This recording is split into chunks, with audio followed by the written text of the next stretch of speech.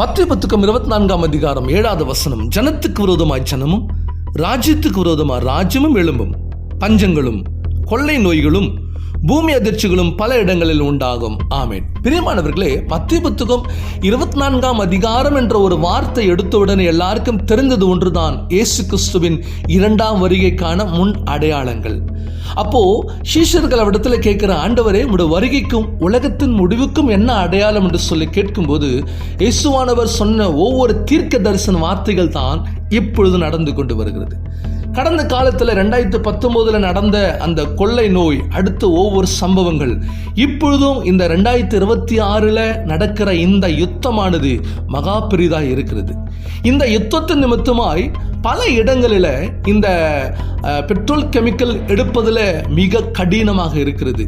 இந்த பெட்ரோல் எடுப்பதில் எல்லா நாட்டுக்கும் தான் அது கடந்து போகிறது. இந்த அடுத்தது நடக்க போகிற சம்பவம் ஒரு பஞ்சம், அடுத்தது கொள்ளை நோய். ஒவ்வொரு சம்பவத்தை பார்க்க போகிறோம்.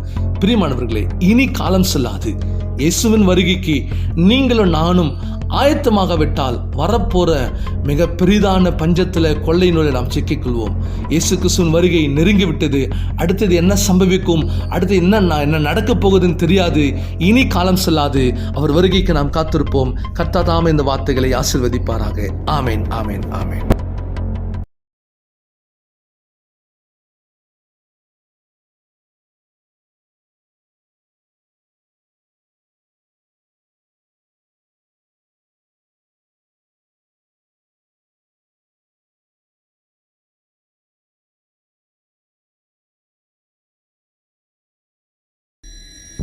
மத்திய புத்தகம் 24ஆம் அதிகாரம் 7வது வசனம். ஜனத்துக்கு விரோதமாய் ஜனமும்